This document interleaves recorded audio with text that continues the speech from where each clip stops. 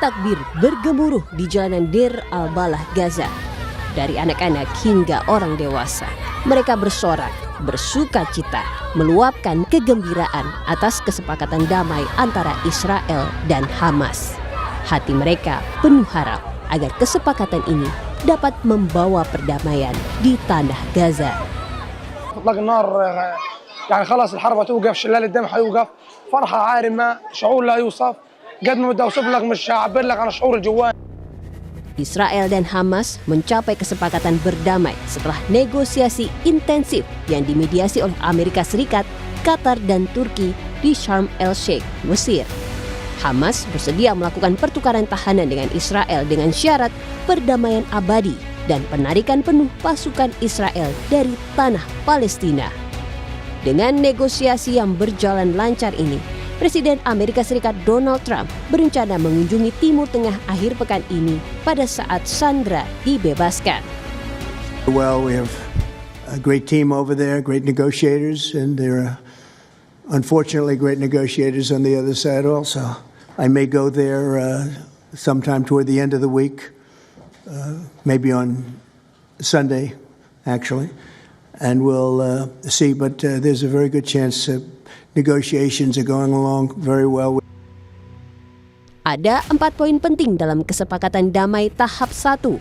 Pertama, Hamas dan Israel sepakat untuk membebaskan para sandera termasuk tahanan yang dijatuhi hukuman penjara sejak Perang Gaza pertama kali pecah pada 7 Oktober 2023.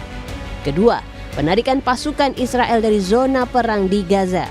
Ketiga, Hamas meminta dalam 5 hari setelah kesepakatan dijalin, setiap harinya ada 400 truk bantuan diizinkan masuk. Kemudian warga Gaza yang mengungsi akibat agresi Israel sesegera mungkin kembali ke daerahnya.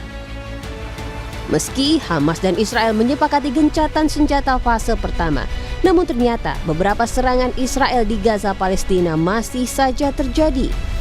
Guru Besar Hukum Internasional Universitas Indonesia Profesor Hikmahanto Juwana menyebut, walau gencatan senjata baru berlaku pada hari Senin, Israel semestinya menghentikan serangan agar tidak mencederai kesepakatan damai. Ya, ini sangat bergantung pada Israel ya.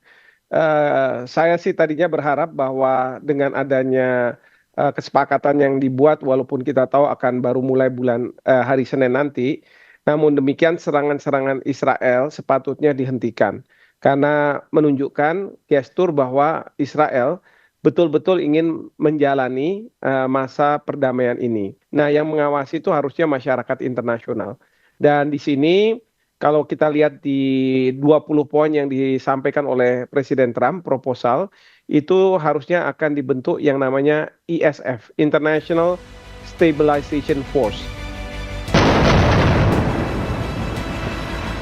Sejak 7 Oktober 2023, warga Gaza kehilangan masa-masa mereka menjalani kehidupan yang normal.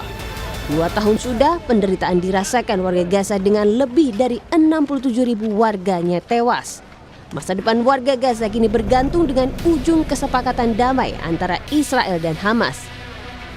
Akankah kesepakatan ini bisa berlangsung konsisten dan membawa perdamaian di Gaza?